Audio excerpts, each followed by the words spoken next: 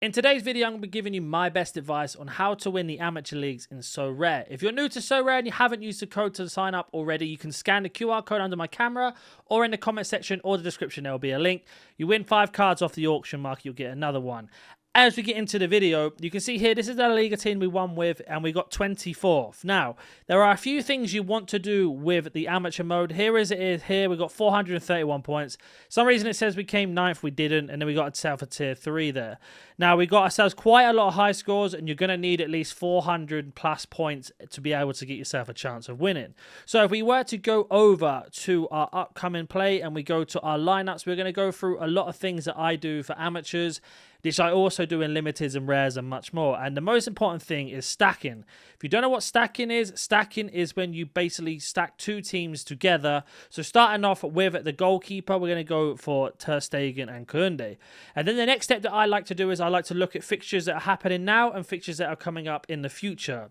So, for example, in La Liga, you want to go for the best teams as possible, of course. So, for example, your Barcelonas, your Real Madrid, your Atletico Madrid, etc.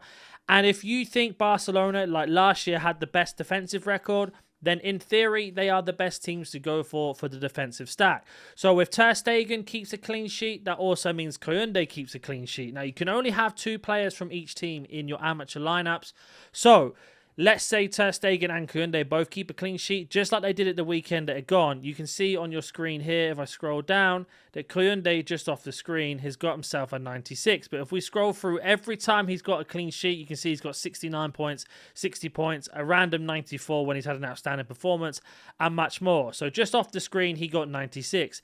The same for Ter Stegen. So if we go to his statistics here and we scroll down, he's got a 68, a 51, 67. But as long as he's keeping clean sheets, you're going to get yourself the bonus. Now, a goalkeeper is one of the most difficult positions because if they don't make saves and they concede 1 shot, they lose the 30-point bonus, plus they lose 4 points for conceding. So the reason why you want to stack them up is when they do have a clean sheet, you are going to have yourself 40 points in the bag for the future of the tournament. And then in terms of attack, there is another thing you can do as well. So at the moment, I don't have it in my team. I've got Kubo up front, I've got Alaba as an extra, and then I've got Palazon. So right now, I don't have a stack up front. So what you can do here is you could go to Real Sociedad, for example, have a look at their up front, see who's taking the penalties, the set pieces, for example, free kicks and corners, and put them in. I am tempted to go for a Real Madrid up front of Vinicius Jr. and with Rodrigo. So let me see if I can go do that now. What I'm going to do is going to make some swaps. If you don't know how to do swaps or you don't know what that is, you get 4 every single week until the new season starts on Sorare. So we are just going to go make those swaps now. So those swaps have been made and we've got Vinicius Jr. and Rodrigo up front. Now, they are both wingers. I like to go for wingers myself when it comes to attackers or forwards because a lot of them get a lot more touches on the ball and a lot more passes. Obviously, with Real Madrid, so the situation is a little bit different. It seems to be Rodrigo and Vinicius Jr. kind of playing up front, but they rotate with Jolosu, and then I think Bellingham also gets very forward. But you'd like to think out of these, they're going to have themselves a lot of chances to score, as long as Rodrigo plays a lot of games.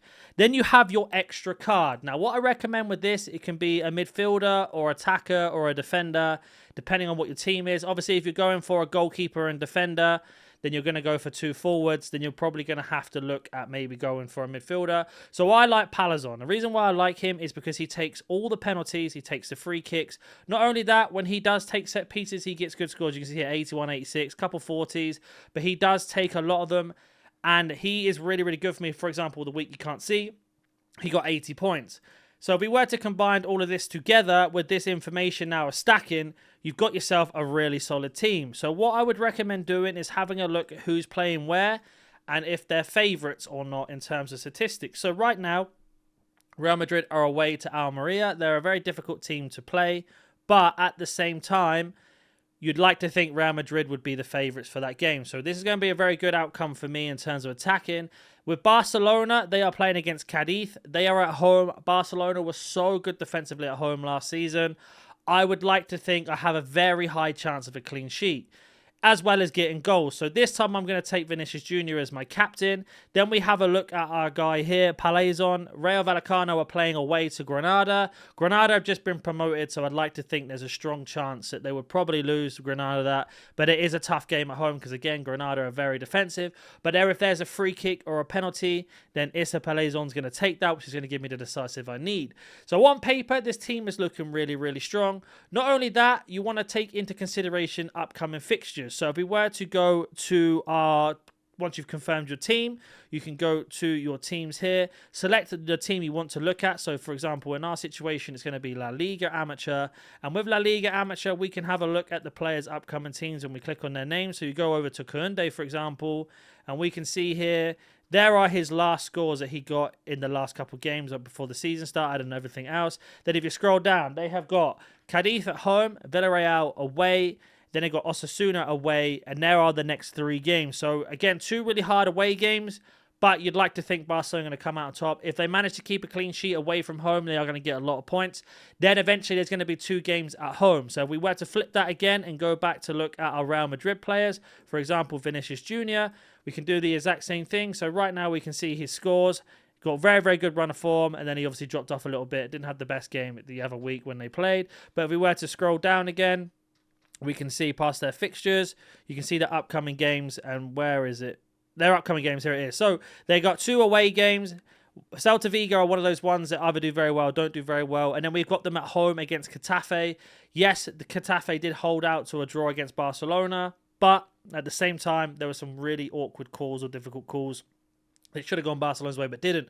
So in the long run, I'm looking like I've got a lot of fixtures. The only time this stack won't really work is when Barcelona play Real Madrid, or if Palazon plays against Kounde and we need him to score, it's not going to work. But as a standard 5, I generally think these are very strong candidates for getting you rewards.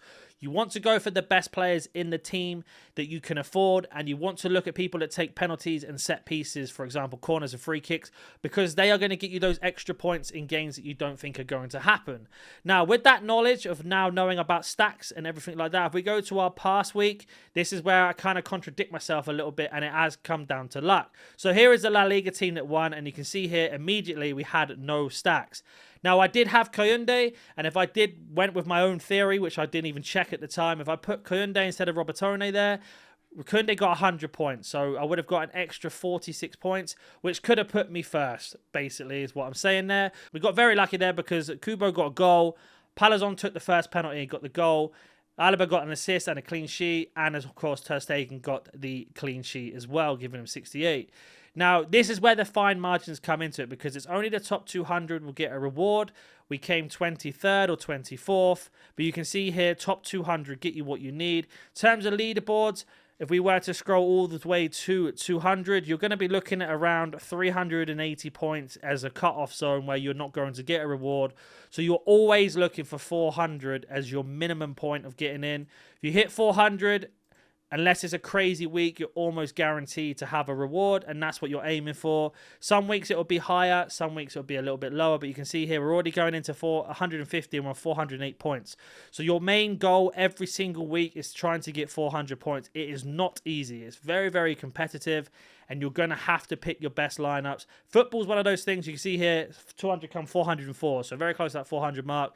If you have a week where one of your players doesn't play very well, for example, Robertone, you need the other 4 players to catch up. So saying that, let's say in the future, for example, in our upcoming, hypothetically speaking, Kounde and Ter Stegen keep that clean sheet. Kounde has a good game, wins a couple headers here and there. They get a very good score. He gets a 60 or a 70.